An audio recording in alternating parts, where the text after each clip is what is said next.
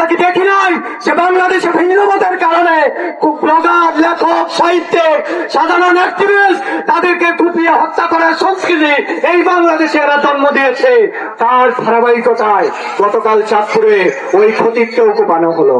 বন্ধুগণ, আমরা বলতে চাই এই কোপানোর রাজনীতি, আপনারা যারা এই কোপানোর রাজনীতিকে ধারণ করেন, তারাই ওই মেট্রো রেলের ফুল পিলারে যে কোপানোর বিরুদ্ধে যে গ্রাফিতিটা আঁকা হয়েছিল আপনারা সেটা মুছে দিয়েছেন। আপনারা কোপানোর রাজনীতিকে ধারণ করেন বলে এখানকার লেখক সাহিত্যিকদের আপনারা কুপিয়ে হত্যা করেছেন, আপনারা ভিন্ন মতকে কেন্দ্র করে কুপিয়ে হত্যা করেছেন।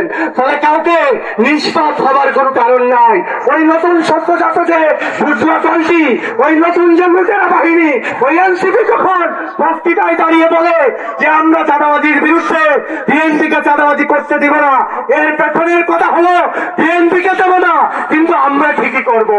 বন্ধুগণ, ওই এনসিপি যখন বলে যে চাঁদাবাজের বিরুদ্ধে রুখে দাঁড়াতে হবে, আমরা তাদের বলি যে আপনাদের যে উক্তি চাঁদাবাজ, আপনাদের যে লুটেরা, আপনাদের ওই বন্দর থেকে ঘাট থেকে শুরু করে যেখানে যেখানে দখলদারিত্ব, তার বিরুদ্ধে দাঁড়ান।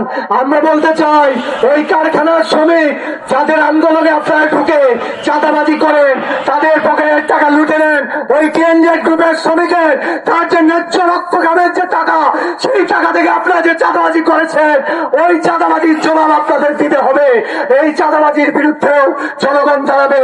আজকে আপনারা এখনো অতটুকু শক্তিশালী হয়ে ওঠেন নাই যে বিএনপি চাঁদাবাজের মতো রাস্তায় কাউকে ফেলে কুপিয়ে তারপর পাথর চাপা দিয়ে মারবেন, কিন্তু আপনাদের মধ্যে সেই একই উপাদান আছে।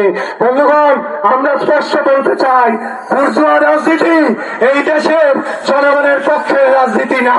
বুর্জোয়া রাজনীতি খুনের রাজনীতি, বুর্জোয়া রাজনীতি ধর্ষণের রাজনীতি, বুর্জোয়া রাজনীতি আধিপত্য এবং লুটেরাদের রাজনীতি। এর বিরুদ্ধে এই দেশের সর্বস্তরের মানুষের লড়াই চলবে।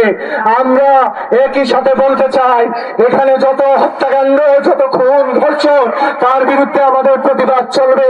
গণতান্ত্রিক ছাত্র জোট সেই লড়াই চালিয়ে গিয়েছে, আগামীতে চালাবে।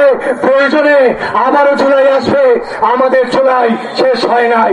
ধন্যবাদ বন্ধুগণ।